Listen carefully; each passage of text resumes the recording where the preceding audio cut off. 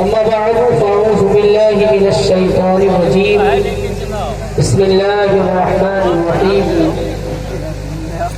والذين يبيتون لربهم سجدا وقياما صدق الله العظيم وصدق رسوله النبي الأمين الكريم ونحن على ذلك لمن الشاهدين والحمد لله رب العالمین۔ آئیے ہم اور آپ انتہائی عقیدت و محبت کے ساتھ اپنے آقا و مولا ہادی سبل ختم الرسل مولائے کل نائب پروردگار جناب احمد مصطفیٰ محمد مصطفیٰ صلی اللہ تعالی علیہ وسلم کی بارگاہ میں اپنی غلامی کا ثبوت پیش کریں۔ پڑھیے بآواز بلند درود شریف اللہم صلی علی سیدنا مولانا محمد مبارک وسلم صلاۃ و سلام علیک یا حبیبی یا رسول اللہ صلی اللہ تعالی علیہ وسلم۔ عزیزان ملت اسلامیہ، میں کوئی بہت لمبی چوڑی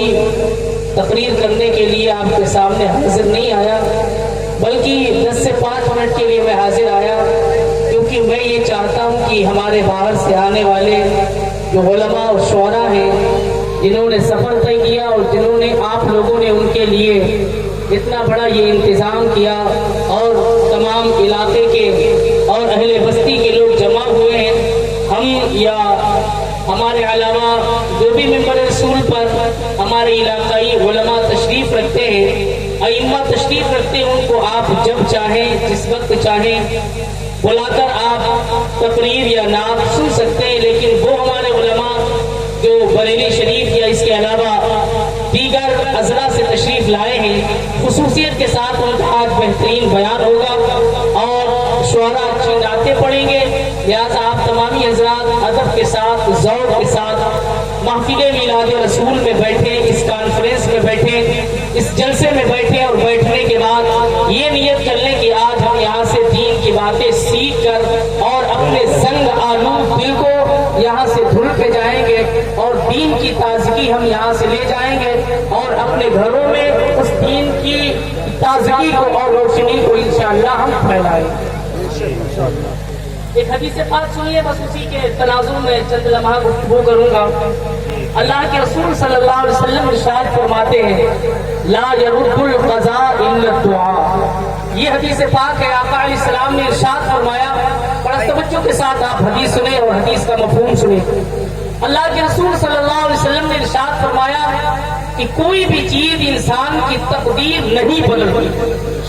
کوئی بھی چیز انسان کی تقدیر نہیں بدل سکتی ہے، آقا فرماتے ہیں مگر دعا کے ذریعے سے اللہ تقدیروں کو بدل دے گا۔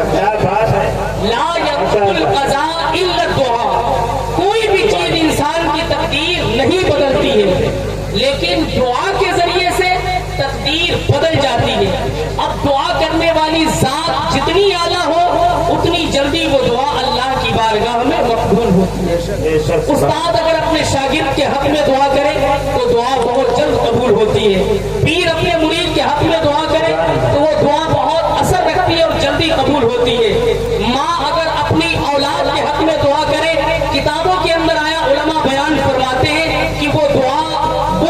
بہت جلد اللہ کی بارگاہ میں مقبول ہوتی ہے۔ اسی طریقے سے اگر کوئی عالم کسی انسان کے لیے دعا کرتا ہے تو وہ دعا بہت جلد اللہ کی بارگاہ میں مقبول ہوتی ہے۔ کچھ جگہیں بھی ایسی ہوتی ہیں جہاں پر دعا مانگی جاتی ہے، وہ دعا بہت جلدی مقبول ہوتی ہے۔ اعلیٰ حضرت نصیب البرکت فاضل بریلوی علیہ الرحمۃ و رضوان نے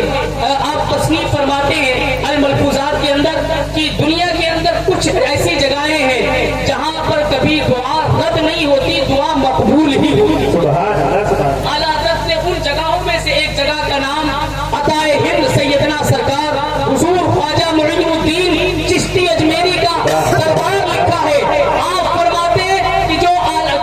سرکار غریب نواز کی خانقاہ پہ کھڑے ہو کے دعا کی جاتی ہے، اللہ اس دعا کو رد نہیں فرماتا، اللہ اس دعا کو قبول کرتا ہے۔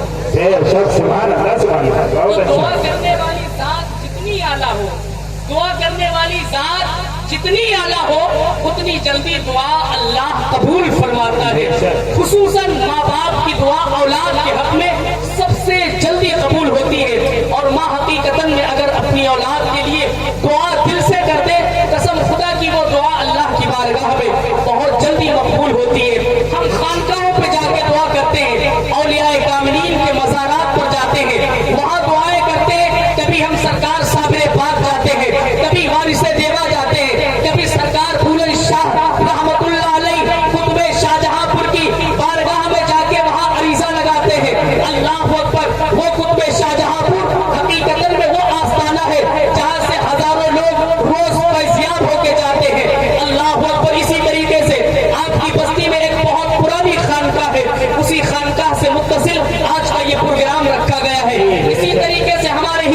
دیہات کے اندر بہت ساری خانقاہیں ہیں، اللہ اکبر، کچھوچا شریف کے اندر، اس کے علاوہ بہرائچ شریف آپ چلے جائیں، یہ وہ مزاریں ہیں، یہ وہ اللہ کے مقدس ولی آرام فرما ہے جن کی شان کو قرآن نے بیان فرمایا۔ قرآن کہتا ہے والذین یبیتون لربہم سجدا وقیاما، یعنی اللہ والوں کی شان قرآن نے بیان فرمایا، وہ لوگ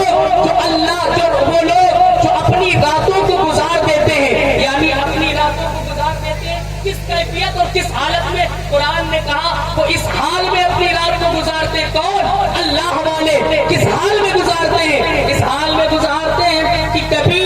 قیام میں ہی پوری رات گزر جاتی ہے یا کبھی سجود میں پوری رات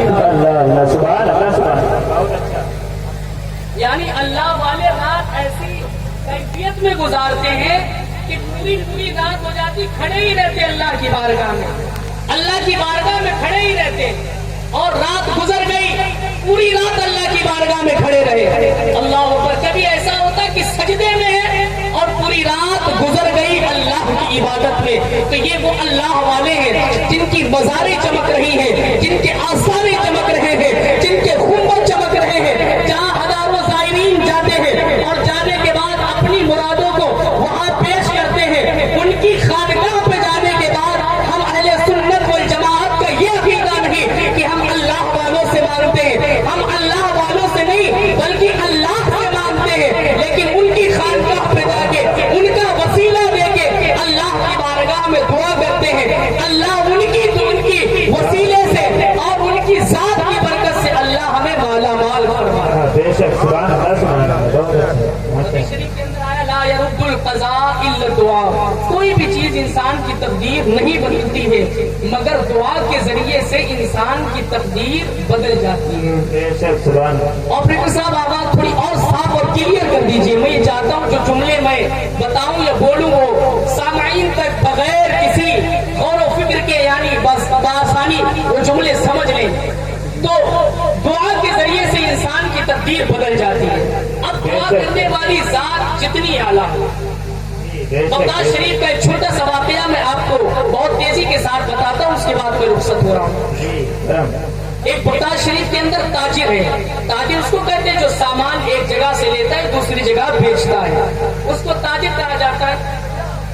کاروبار کرتا ہے، اس کا تاجر ہے، تجارت کا کام ہے، کاروبار کرتا ہے، لیکن اس کی یہ عادت ہے، اس تاجر کی، بغداد کا رہنے والا ہے، اور اس کی یہ عادت ہے کہ جب بھی بغداد شریف سے وہ باہر جاتا ہے سامان بیچنے کے لیے، تجارت کی نیت سے دوسرے ملک پہ جاتا یا دوسرے شہروں میں جاتا، تو اس کی عادت یہ تھی کہ وہ سب سے پہلے اپنے پیر و مرشد کی بارگاہ میں جاتا اور جانے کے بعد ان سے دعا کراتا، اور دعا کرانے کے بعد اپنے اس سفر کے بارے میں مراقبہ کراتا، اور یہ معلوم کرتا ہے میرے پیر و مرشد میں سفر کے لیے جا رہا ہوں، میرا یہ سفر میرے لیے ٹھیک ہے یا ٹھیک نہیں ہے، اس سفر میں ہمیں نقصان ہوگا یا فائدہ ہوگا، ہم کو کوئی تکلیف تو نہیں آئے گی۔ وہ اللہ کے ولی ہیں حضرت حماد بن دباس رحمۃ اللہ علیہ، اس کے بارے میں مراقبہ فرماتے ہیں، اور مراقبہ فرمانے کے بعد کہہ دیتے ہیں تو یہ سفر بڑا آسانی کے ساتھ کرے گا، تیری اس تجارت میں بڑا نفع ہوگا، تیرا کاروبار بڑا اچھا منڈیوں کے اندر یعنی تیرا سامان بکے گا، بڑی آمدنی کمائے گا، بڑی منافع کمائے گا۔ اللہ اکبر، عزیزان ملت اسلامیہ، ہم بھی یہ اپنا طریقہ بنا لے، جب بھی کہیں سفر کے لیے جائے، کہیں کاروبار کے لیے جائے، تجارت کے لیے جائے، تو ہم سب سے پہلے اپنے مسجد کے امام کے پاس آئے، عالم دین کے پاس آئے، اللہ کے نیک بندوں کی بارگاہ میں آئے، اللہ کے مقدس ولیوں کی بارگاہ میں آنے کے بعد وہاں دعا کر کے جایا کرے۔ قسم خدا کی جس دن ہم نے یا ہمارے نوجوان نے یہ طریقہ بنا لیا، یہ انداز بنا لیا کہ ہم علماء سے دعا کروانے کے بعد سفر جائیں گے، یا ہم علماء سے ملاقات کرنے کے بعد ہم سفر پہ جایا کریں گے، قسم خدا کی تمام تر سفر میں آنے والی تکلیفیں اللہ رب العزت اس عالم دین کی دعا کی برکت سے تمام تکلیفیں دور فرمائے۔ بے شک، سبحان اللہ، سبحان اللہ، بہت اچھا، ماشاء اللہ، بہت اچھا۔ عالموں کے پاس اگر نہیں جا سکتے ہو تو کم سے کم ماہی سے کہہ دیا